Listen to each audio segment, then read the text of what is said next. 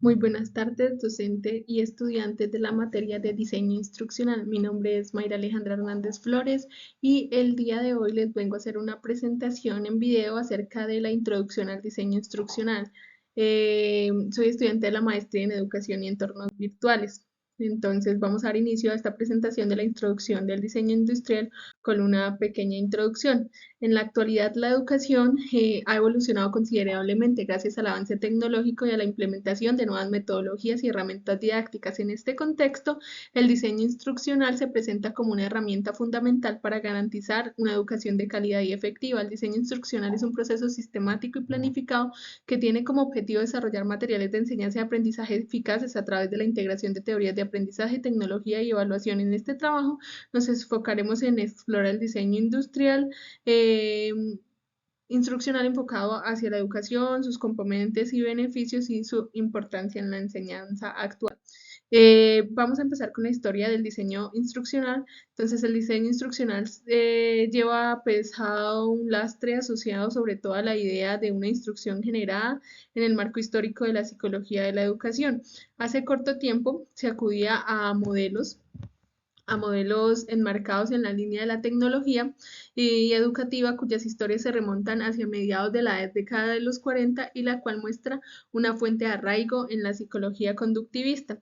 Los modelos de diseño instruccional más representativos se circunscriben al marco de las tecnologías educativas, son el AIDE, el Dick and Carey y el modelo Azure. De esta manera, todos estos modelos tienen una característica en común, que se centra en la organización del propio proceso de instrucción compuesto por fases dentro de las cuales se desarrollan actividades o conjuntos de actividades que conforman procesos más específicos enfocados a un logro en particular. Lo siguiente que vamos a ver es qué es un diseño instruccional. Entonces, antes encontrábamos que era como un tipo de proyecto de diseño instruccional, o ese era el concepto que se le daba, pero está enmarcado desde modelos como el AIDE. Este término indicaba una equivalencia a un diseño instruccional como proceso en general de tipo macro. Dejaron de llamarse así para pasar a proyectos de desarrollo de materiales educativos o a proyectos de desarrollo de ambientes virtuales de aprendizaje o proyectos de desarrollo de diferentes cosas. De esta manera, es posible reforzar la idea de que el diseño instruccional como una de las fases de estos proyectos. Entonces, debemos reconocer nuevas dimensiones del diseño instruccional, las cuales representan su significado, reconsiderar su estructura, redimensionar sus límites e identificar con claridad el papel y la importancia que tienen estos dentro de la evolución de los procesos educativos actuales. Entonces, para poder entender qué es el diseño instruccional, vamos a empezar con lo que es instrucción. Según Brunner, en el 69 se establece una estrecha relación entre la instrucción y el desarrollo intelectual del ser humano, medida por el lenguaje y los sistemas simbólicos en una cultura, además de tener en cuenta los factores de conducta. Impulsa a la inducción, una dimensión en la cual intervienen factores externos culturales, sociales y factores internos como las estructuras cognitivas y de conciencia de sí mismo. El mismo Brunner concibe el propósito de la instrucción como procurar los medios y los diálogos necesarios para traducir la experiencia de un sistema más eficaces a la anotación y la ordenación. Es así que se establecen las cuatro arquitecturas según el autor Clark en el 2000, las cuales vemos a continuación. Entonces tenemos la instrucción receptiva, que es la concepción del aprendizaje como un proceso de absorción de información y de la enseñanza como un proceso de distribución de la misma. Tenemos la instrucción directiva, que es la función de la organización de contenidos normalmente, de lo simple a lo complejo y de la estructuración de los momentos de evaluación y su correspondiente retroalimentación. Tenemos de la misma manera la instrucción por descubrimiento guiado, entonces que vemos que se pueden proveer escenarios adecuados para la solución de dichos problemas y los recursos pertinentes para el efecto. Y la instrucción exploratoria, que se encarga de diseñar y proveer redes de recursos pertinentes relevantes al proceso individual de aprendizaje del estudiante. Entonces, como podemos ver en esta diapositiva, tenemos el diseño instruccional como una fase y como un proceso. Entonces, dentro del propósito del macroproceso es crear las experiencias de aprendizaje. Entonces, tenemos el primero que es el análisis de factores claves, que es el control de calidad, indicadores de diagnóstico.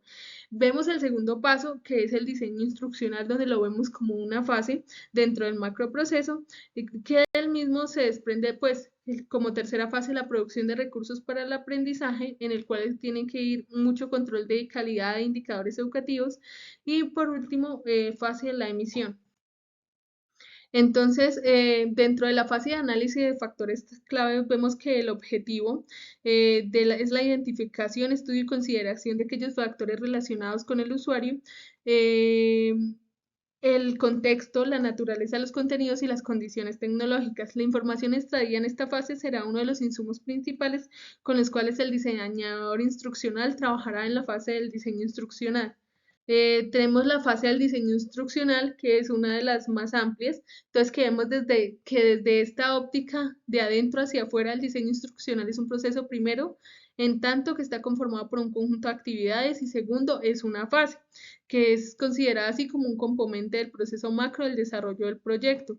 El diseño instruccional como proceso, las actividades centrales son las que conforman el núcleo del oficio del diseñador instruccional, y las periféricas son las que han de atender la articulación de la fase de diseño instruccional con las demás fases del proceso macro del proyecto. Entonces vemos que este conjunto de actividades centrales y periféricas define entonces el rol del diseñador instruccional como ejecutor e interlocutor, ejecutor de actividades centrales, muchas de las cuales se realizan en colaboración con otros actores del proceso, e el interlocutor a través de sus actividades periféricas. Entonces, el diseñador instruccional, entendido en estos términos, debe tener sólida la fundamentación pedagógica, una rica experiencia en la integración de tecnologías de información y la comunicación en procesos educativos, y unas habilidades comunicativas suficientes para interactuar apropiadamente con expertos en contenido, ingenieros y diseñadores, entre otras profesiones, según lo requiera cada tipo de proyecto. Vemos también la fase de producción de recursos de aprendizaje y la fase de emisión. Entonces, como la primera, tenemos que esta fase se nutre de los entregables producidos en la fase del diseño instruccional, y con ellos se construyen los recursos necesarios para que la estrategia de aprendizaje pueda llevarse a cabo de una manera óptima.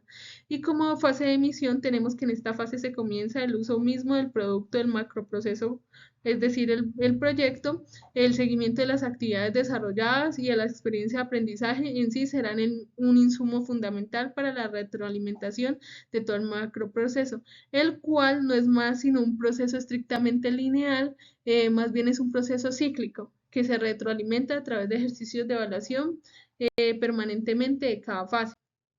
Tenemos como conclusión de este importante capítulo que, como se observó anteriormente, es importante en el campo del diseño instruccional que se brinda una comprensión sólida y práctica sobre esta disciplina. En este caso, el autor define un diseño instruccional como un proceso sistemático para el desarrollo de materiales y estrategias de enseñanza que mejoran la efectividad del aprendizaje.